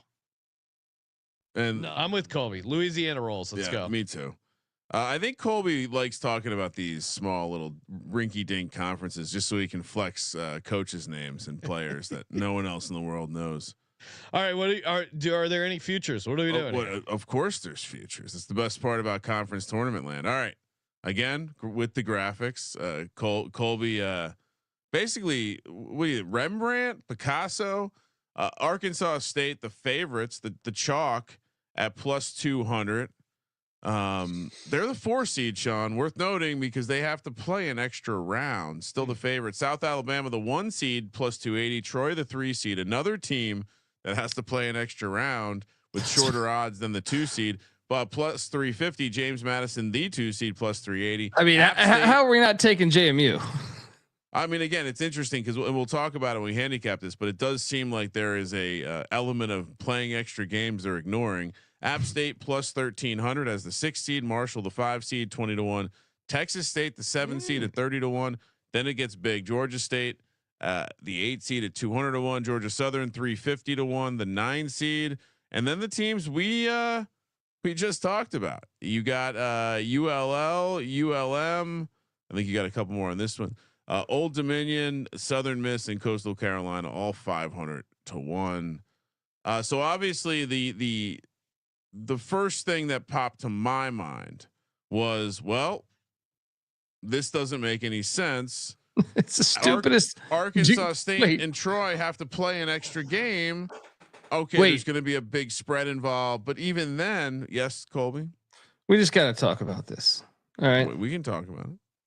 I know you were, just you wanted to be argumentative, so you took the side of liking this bracket. So they don't play a full round robin schedule. Yes. And 4 teams tied for first. That's 4 teams tied for first. And the deciding factor of where the seating was was how good their record was against the 5th seed. Really? That's the stupidest. So it all came down to how they played against Marshall. Yes, it's the dumbest shit I've ever heard in my life. It is. This is. Yeah. The Sunbelt. This happened to the Sunbelt in the past, had it not? This What is do you not mean? the first time the Sunbelt has. No, this is the first time they're doing this. No. I was not. I may be wrong. Did the Sunbelt not have a ridiculous tie-breaking procedure for football or something in the recent? Oh, you know what it was? Maybe it was they didn't let JMU play in the. Yeah, but that was the NCAA. I don't think that was the Sunbelt. Yeah. Okay. They not everyone gets it right the first try. A 4-way tie, but this is why you don't do the stupid thing, because you don't play enough conference games because there's too many teams in the conference. So you're just looking at, you're just like, I have no idea what to do here. Let's just how'd they do against Marshall? All right, yeah. Let's put them in there. It's very random. I mean, it's ridiculous. The fact you get a whole bye week when you finish the same record. Some of them have direct wins against one another. Yeah, ridiculous. But I think JMU is the one that jumps out. It was like, wait, they're in the second to last round. Yeah. Why? Yeah. Why? I mean, just mathematically, there's value in JMU, right? Yeah, I mean, just that right there, and the fact that they're playing pretty damn good ball to end the season. Why? I just feel like, yeah. I mean, especially if there's an upset, you gotta love it. Then, if they're playing a team that's a higher seed, you gotta love it at that point. Thoughts on the rest versus rust thing? Because obviously, what they are also doing is they're letting their best team sit around and do nothing. It's the stupidest shit I've ever heard in my life. Who's the team that can come out of like the third? I mean, look, to me, third it would be App State or Marshall, and the fact that I'm going to play JMU on the one side of the tongue makes me think maybe I play Marshall on the other side. But Colby, if you had a mid-range shot, and I'm eliminating some of the extreme long shots, but App State or Marshall, what do you like better? Well, App State lost 3 straight games coming into the tournament. But that's a reason to jump on them, because Marshall's won 4 straight. I say App State or Texas State. I was going to say Texas State has played good ball lately. They just beat JMU. They beat the 1 seed twice in the past 10 days. Yeah. I mean, I think there's something to this. Now they also lost a lot of games in that stretch, but you know what? Let's do a little Texas State. But we don't want Marshall, even though they've won 4 in a row, to close it out. You think that's going to bounce? They've shot their load. I mean, they got to win how many games in a row though? All right, we're going to pull up the bracket. Oh yeah, I guess that's a good way to look at it. So Marshall would get they're the 5 seed there. I don't hate taking a piece of Marshall as well. I mean, let me ask you this, Colby. Generally, in this type of bracket format, it would be stupid to take anyone that's not in like the top 4 seeds. Yeah, but it is the Sunbelt. Unless it's extremely long. Well, I agree. That's why I'm taking Texas State definitely. That price. Yeah. 30. I think we take Texas State. Now, I will say this. I know it's chalky, but like the 2 schools, South Alabama and Troy, are very close to Pensacola. I'm just JMU and Texas State. That's all I'm doing. Colby. Yeah, I'm with you. JMU and Texas State. Kramer. I'm definitely taking Texas State. I didn't hate Sean's handicap of the Marshall situation, but you know what? Give me Troy. Okay. I've just been shout out to Lawrence Tynes, former kicker in the New York Giants. Went to Troy. Been pumping the team a little bit on the social, so it's crossed my path. That's a fun long shot. Troy's plus 350. Texas State's a fun long shot. Troy will be my chalk. Good luck with JMU. JMU is on the same side as Texas State. You guys good with that? Yes. Yeah. Yes. That's why we like Patriot League. Yeah, come on. No, I mean, now I'm thinking maybe you take all of them. Do you do some math? Troy, JMU, Texas State. You guarantee Kramer, yourself the listeners want Holy Cross Patriot Lafayette. League. Sean, this was a special request from Shauna. We were talking about scratching it from the episode. Nope. Got these Can't. big time 4 games we got to talk about. The games are hosted at campus sites. Holy Cross, the 10 seed, and all the first 2 games are on the March 4th, Tuesday, and then they skip a day and they go to Thursday for the second 2 quote unquote first round games. There's playing games. That's why we're dealing with this. So the 10-7 matchup, Holy Cross, Lafayette. We're heading to Easton, Pennsylvania, where they make the bats. Lafayette laying 6.5. You gotta just take the home games for these ones, right? No. You're gonna take Holy Cross here? 6.5's like 10,000 points in the in the. Sean just beat them 2 weeks ago. Yeah. Okay. Keep selling me on it. You're probably not going to sell me. I mean, Holy Cross is in dead last. They've lost 3 straight, but I kind of like the fact they lost 3 straight. And if anything, I think their last win was against. It's true. It was against Lafayette. Yeah. So I just think they could stay within that number. I mean, who the hell is Lafayette to be laying that big of a number? I agree. And are they the mortal rivals of your beloved Lehigh? Oh, there we go. All rise. Let's go. Sean's favorite college basketball jersey. So we're taking Holy Cross. Too many points. Yeah. Fuck Lafayette. Okay. Leopards are trash this year and every year. Fucking roll. They're the lepers or leopards? Leopards. Oh, okay. Weird nickname to call yourself a leper. No, I'm with Colby. Holy 6.5's too much in the Patriot League. Maybe we need to learn our lesson too. We were not. I don't think we've been great with the old favorites in these conference tournaments. Maybe more dogs. Lehigh, the 9 seed, taking on Loyola, Maryland, the 8 seed, in Baltimore. Does Lehigh travel by air or is it a bus? Wait, why is this in Baltimore?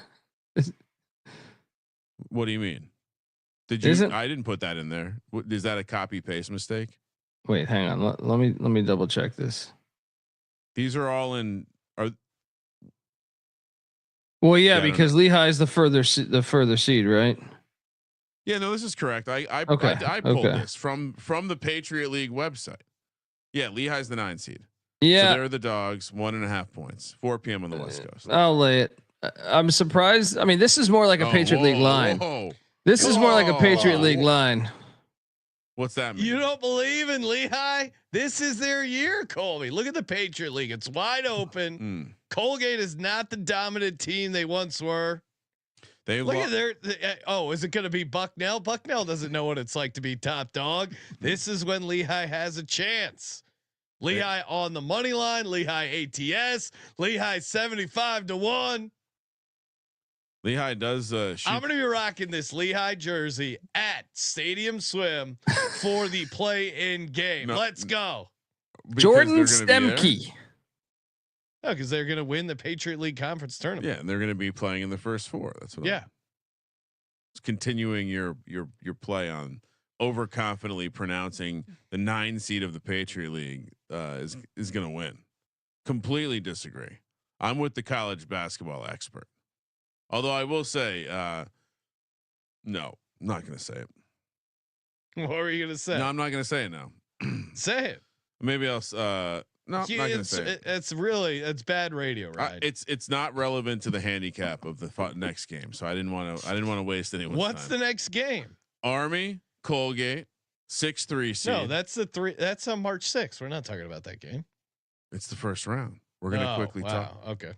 What do you mean? I thought we were only doing March 4th Army, games. Colgate, 6-3 matchup. Hamilton, New York, on Thursday, 4 p.m. Pick Dundee. Projected lines. Projected at a 5.5. Colby, what are we doing? Not a strong listener. Oh man, I mean, Army beat them by 12, right? The last time they played. Army's been all over the place. I thought they were the best team in the Patriot League for a good chunk of this season, but man, have they been ass down the stretch. It's hard to get a read on this team, and the Colgate is a factory. So I will go back to the well. Colgate. I understand they're having a tough year, but until you beat, what does Ric Flair say? Army, you got to be the man to beat, to to beat the man, right? Or whatever the fuck he says. You got to beat the man. You got to be the man. I don't know what the fuck it was. Anyway, system play Colgate. They're Sean has nightmares about Colgate's backdoor cuts in the middle of May. Colby, I'm sure you're going to Benedict this one as well, but don't Benedict the U.S. Army. How are they getting 5.5? They already beat Colgate. They're not scared of Colgate. This is not Colgate's year. Army's never made the NCAA tournament. Well, it's the first time for everything. Maybe they'll get to the Colgate goes every year. They can't let them go because the U.S. Army can't lose in the first round. That would be a bad look. No, come on. They're going to cover Colgate, at the very least. Colby said it. Colgate lay the points. A Navy 5 seed, Boston University, the 4 seed, projected to be 2-point favorites up there in Boston, Mass, on Thursday.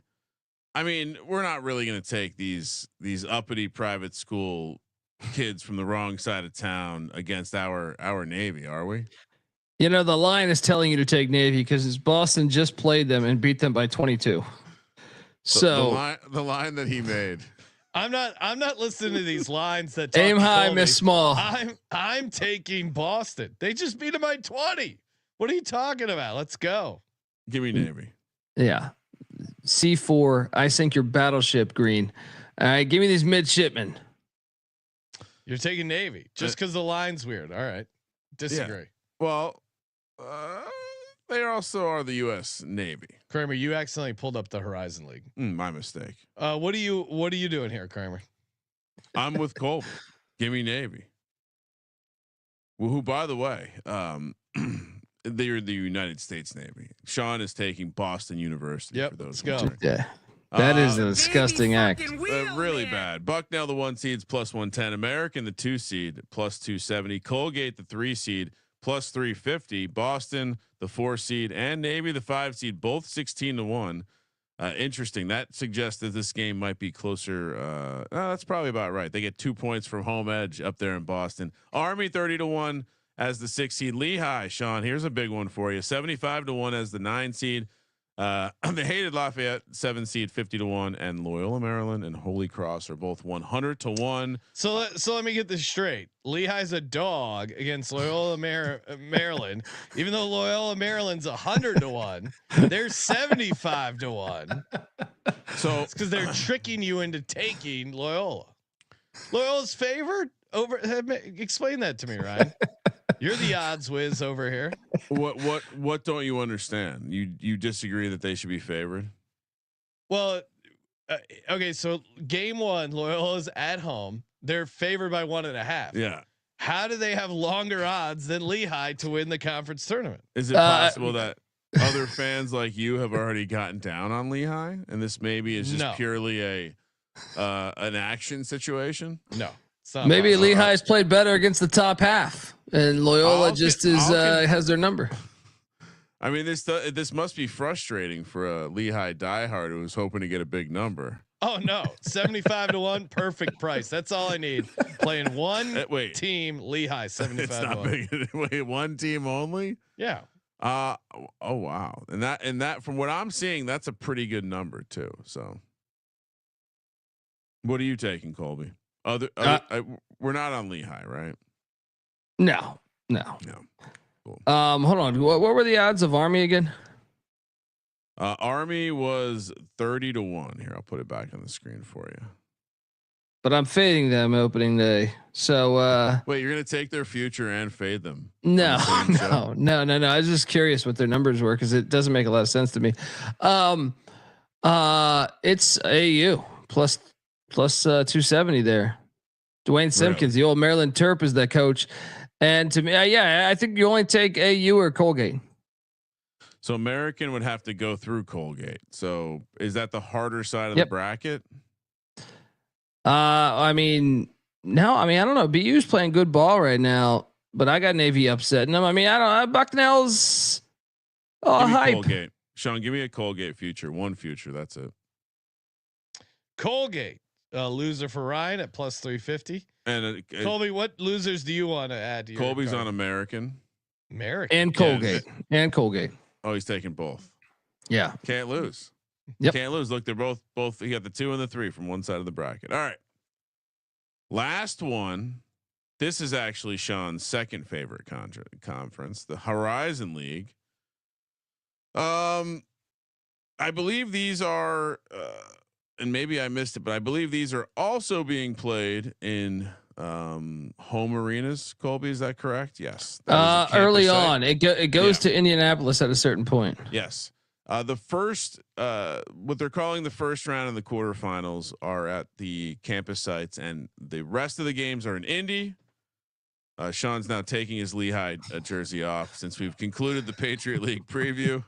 Go back to not being a Lehigh. Does he have a Gottlieb jersey he's going to put on? Oh, well, I was going to say, this is Doug Gottlieb. This is the new Green Bay, the 11th seed. I mean, honestly, they've been better than the last time we talked about them, I feel like, which is, they kind of been a darling ATS, man. Because they I want to see, they were on a horrible streak. Anyway, Green Bay the 11th seed, Oakland the 6th seed. These games are all on Tuesday, March 4th. So they essentially do, I'll put the bracket on the screen. They do a double bye or like a play-in round that they call the first round. So this, you basically have 3 of the 4 quarterfinal games include a bye. Green Bay catching 11.5. Colby, what are we doing? I've taken the points. They've been covering every game. They're playing a lot better actually right now. I mean, I don't think the money line's live, but they just took Oakland to overtime. He hasn't really said much, or at least I haven't heard like a him getting aggregated recently. So maybe he at least learned to shut his mouth until his team's winning game. There's a lot of red on that Green Bay schedule. I mean, but I mean they've won. Here's another way to frame it. They've won half 2 of their last games since February 16th. Well, no, because they actually 2 out of 5. So you got no, they've won 4 games. Okay. I'm saying they've won half their games. I'm looking at starting since Sunday, February 16th. We're talking about Green Bay, right? Yeah. Okay. Yeah. They're 2 and 3 since the 16th. Yeah. Okay. That's not half. They've won half their games. So they've won 4 games. They've won half of them. Oh, okay. Starting February. You 16th. could see how that would be confusing. To say a team has won half their games since February 16th, they played 5 games. Half their games this season, they've amassed half their season wins. Yes. They're on a heater. In the last 5 games. They've doubled their win total in the last week. 2 weeks. There you go. That's 2 a better weeks. way to phrase it. All right. So Colby, what are you doing? So we're all taking Green Bay. Yes. They are very good at the line. Almost 80%. All right. Detroit Mercy, which Green Bay plus 11.5. wait, what was Detroit Mercy? The solo court It's a storm? hospital. Yeah. Last year. That was the saddest moment in 10 college seed, sports. the Norse of Northern Kentucky, the 7 seed, 12.5 points in favor of Northern Kentucky. Colby. I mean, I'm pretty shocked by this line considering Detroit won by 9 the last time they played on January 30th. So they're telling you something. Lay it. I just want Colby is reading to his son late at night, just telling him about these people. No, I'm not. Anytime someone's trying to tell Colby something, I'm taking the opposite. Really? Give me Detroit. Give me the hospital. Full fade on the man on his shoulder, huh? Well, I think it's at least that's when I get in trouble as a gambler, when I take that extra step of like, oh, they want. All you to right, take give me the hospital. Give me the hospital. Nice. You know I love the hospital. Quick. Give me shoot me up with an IV. I mean, they're a darling of mine over the years. But what is this number? What is this number? How are any of these numbers real? These are bad. You can't lay big numbers with. Again, we're looking at dark red all over these leagues. Yeah, of course. Give me the hospital plus the points. It's gonna be hilarious when they somehow lose by 40. IU Indianapolis. IUPUI. Oh, IUPUI. IU Indy. Are they trying to the conference was obnoxiously calling them IU Indy. Yeah. 5 p.m. That burnt down like their bus the other day. I'm just letting you know the Horizon League really wants them to be known as IU Indy. 5 p.m. on the West Coast. 9 seed, 8 seed, Wright State laying 8.5. Another fairly large number here in the early round of the Horizon League tournament. Colby, Man, I just feel like you can. I mean, Ooey Pooey beat Wright State, the Vikings, by 7 last time they played, and that was just the other day on March 1st. You know what? On this one, give me Wright State. Give me Wright State. Give me the Vikings. Lay it. Like why do we like laying 8.5 here, Colby? I like it because they just played. I think that's an advantage to make adjustments, and you have like within you have that, and they're good at home. They're 10-4 at home.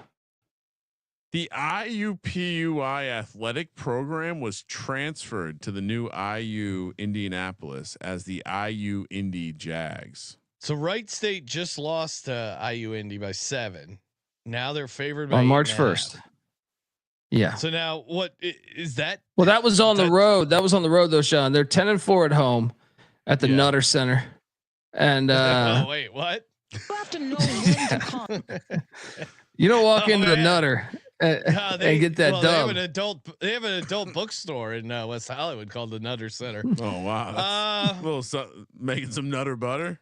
I'll trust Colby on this in the bounce back situation. Did you know that, Colby, that IUPUI split? They broke up. It's now Indiana University of Indy and Purdue University in Indy, and the athletic IU Indy claimed the athletic program. That's crazy. I believe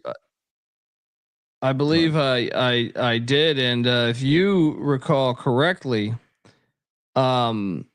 last year out in Vegas, and I believe we'll be out in Vegas again. We had part of the staff at IUPUI. I'm not gonna name names. Having cocktails with us. So you know I'm a degenerate. Now we know to say IU Indy. But I'll fade them on that. Yeah, we got to take one favor, right? Yeah. Yep, I'm with you guys. Wright State. Let's go. All right, last one. Purdue, Fort Wayne, 5 seed. Youngstown, the 4 seed. This one again, they're skipping a day. Thursday, 4 p.m. on the West Coast. Youngstown pick Dundee says -2. Which side do you? What is the number telling you on this one? Well, I mean, Youngstown beat them by 22 on February 12th. God, these Horizon League numbers. I mean, this is a tricky one because both have lost games going to end the season. I mean, Youngstown's been fire at home. Give me the Mastodons. Youngstown's young. Give me the Mastodons and IPFW. Yeah, a little road warrior action here. Mastodons is a pretty sweet name, but I like that. Give me Fort Wayne. I'm fading it. Give me Youngstown State, the Penguins. Or is this a different Youngstown, Colby? No, that's the Penguins, the Flightless Birds, Ron Jaworski's alma mater. Quack, quack, quack. What is a mastodon? Elephant. It's a woolly mammoth. It's a poor man's woolly mammoth. Right? Yeah, I think you're right. If I had to guess, I would say Temu woolly mammoth. Some ancient elephant species with giant tusks. All right. Final. Now we talk about the futures. Who are we liking in this one? We got again some teams that we didn't mention because they're on buys, but Robert Morris, the 1 seed plus 240, Milwaukee, the 3 seed plus 270, Cleveland State, the 2 seed plus 310.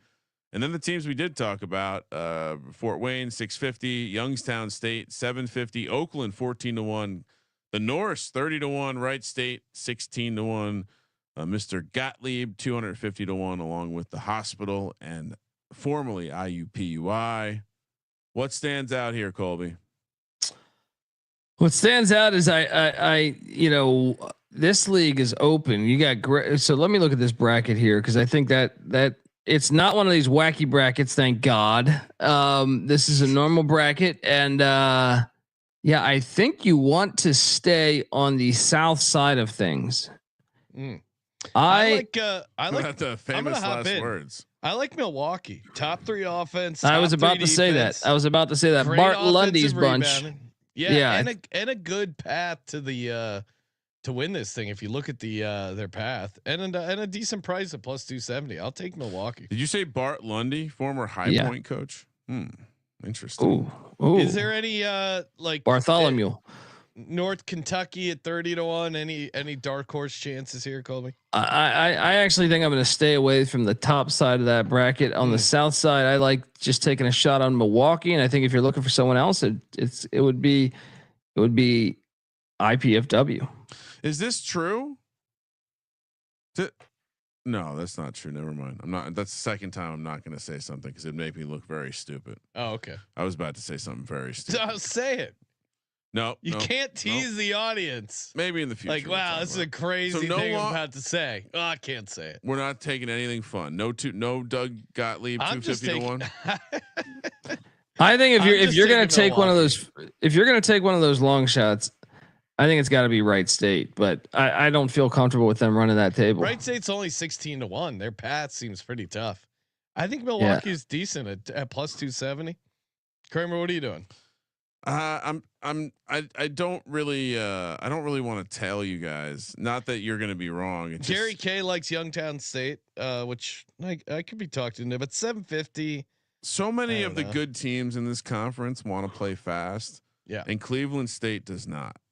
I'll take Cleveland State. I'll take a Zag play. Cleveland State at +310. All righty. Shout out to the chat. Check it in here. Gary K, like I said, likes Milwaukee, Youngstown State. Colby rocking that sweet D-Gens hat. Make sure you get in. Promo code Madness, 20% off everything. Come hang out with us in Vegas. If you can't make it out there, you can still get the chance to win a $250 future. sportsgamblingpodcast.com/party.